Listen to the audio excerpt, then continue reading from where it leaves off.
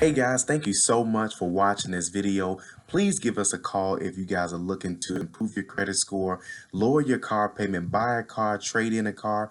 If you're looking to purchase your first home, if you're looking to purchase a rental property, we can help you. Give us a call today, 877-205-7771. Talk to you guys soon, and thanks again.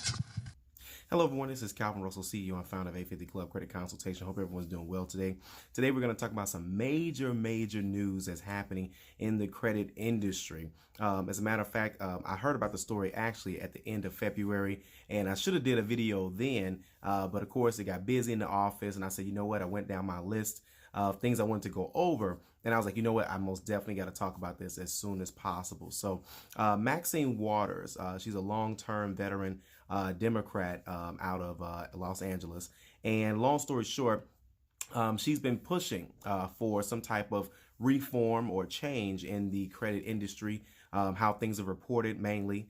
And this is major because she's been pushing this, I believe, somewhere between 4 to 6 years. She's been trying to get all three chairmen, of course, at the time that she tried to do it, and from the credit bureaus, TransUnion, Equifax, and Experian, all together at one time to actually discuss, changes in consumer credit reporting.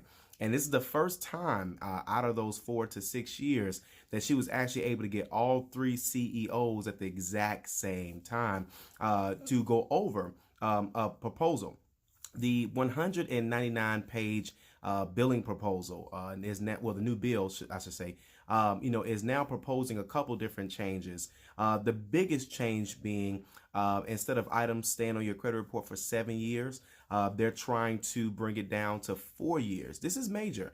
A couple reasons. Number one, when banks are looking at your credit report, they usually go back 4 years anyway. Anything additional is usually not really, it's calculated in the score, but it normally doesn't show on the credit report. So, for example, if you had a 30-day late payment 6 years ago, you can probably see it on your personal credit report if it's factored into the score, but the banks can't really see it. So it just makes things a little bit more easier. But again, they're trying to have it where your score will now be based on 4 years history instead of 7 years history. That's major, guys. That's major. So that's number one. Number two, she wants to have it where instead of consumers disputing certain information, of course, we're talking about inaccurate information, not the stuff that we know is ours and is negative. We want to get it removed. But she's trying to have it where the credit reporting agencies, if it is a true error, that they should be the ones fixing it since it is their reporting system. So that plays a major role as well. And then, of course, another major change. This actually should have been number two. But number three is when if you have a collection and goes up on your credit report, and the company, as we know, companies don't necessarily have to remove negative items. If you call them and try to put together some type of settlement plan or whatever the case may be, sometimes they'll say yes, sometimes they'll say no, and most people, they say, well, if they're going to say no, I'm not going to pay them. Well, that's because, of course, we know that they don't have to remove it. That's part of the new bill change as well. So in short, if you pay them, if you pay a debt collector and it goes, it's not just going to say paid in full or settled, and then you have a zero balance and the collection is still there. She's trying to have it where companies will remove it within 45 days. I'm talking about these are major changes that's going to be in the credit industry.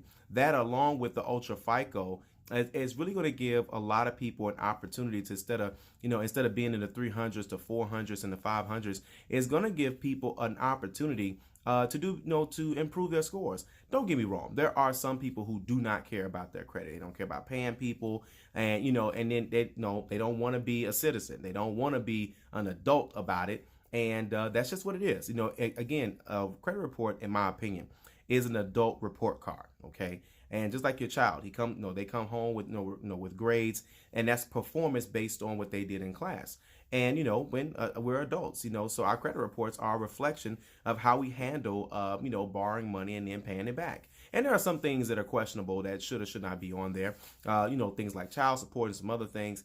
And honestly, I think that needs to be a part of the bill as well too. I have a lot of clients who are making their payments, with child support, and it still shows a balance and things of that sort. So I don't think that, unless it's trying to help them build, then it shouldn't be there, a get-go. But again, that's a whole nother scenario there. So, but I mean, these are major changes that she's been pushing for quite some time. Let me tell you guys something. This is the first time she's ever gotten all three CEOs, and they all agreed that there needs to be change. So they didn't agree to the changes. They didn't say they were going to start working on the bill that she proposed, but they all agreed that there needs to be change. So who knows when that's going to be? We know there's a lot of stuff going on right now with the Ultra FICO, a lot of stuff going on with the Experian and the Experian Boost. I don't know if you guys have been taking advantage of that, but a lot of changes are coming. And for those who don't know, they did make a change back in 2017 where they all agreed that, you know, there needs to be some type of and this wasn't the CEOs, but this is just the House of